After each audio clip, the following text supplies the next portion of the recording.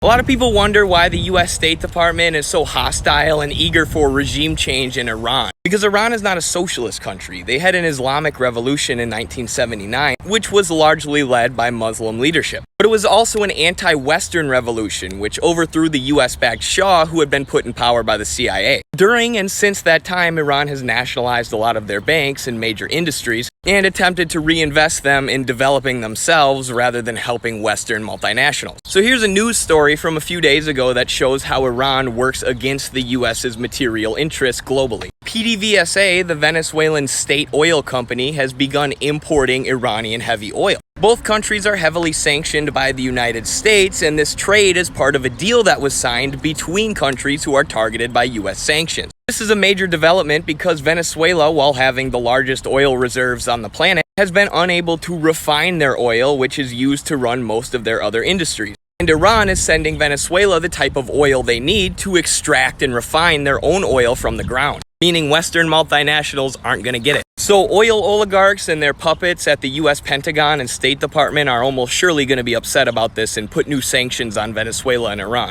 In 2020, Iran tried to send Venezuela 4 tankers filled with fuel. The tankers were seized by the US government, who brought them back to Houston and gave the fuel to Western multinationals. So Iran is acting as an anti-imperialist country. They're angering the US empire by defying their interests and helping their enemies. And that's why the US wants regime change in Iran, even though they're not socialist. This goes to show that capitalists are the ones in charge of the US empire, the US State Department, and they'll do whatever is best for their material interests. Meaning if you defy their material interests, like Iran, it doesn't matter if you call yourself socialist or not, they're gonna try and take you out. Material factors drive imperialism more than ideological ones. And we should always strive to keep a materialist understanding of imperialism, which is the highest stage of capitalism.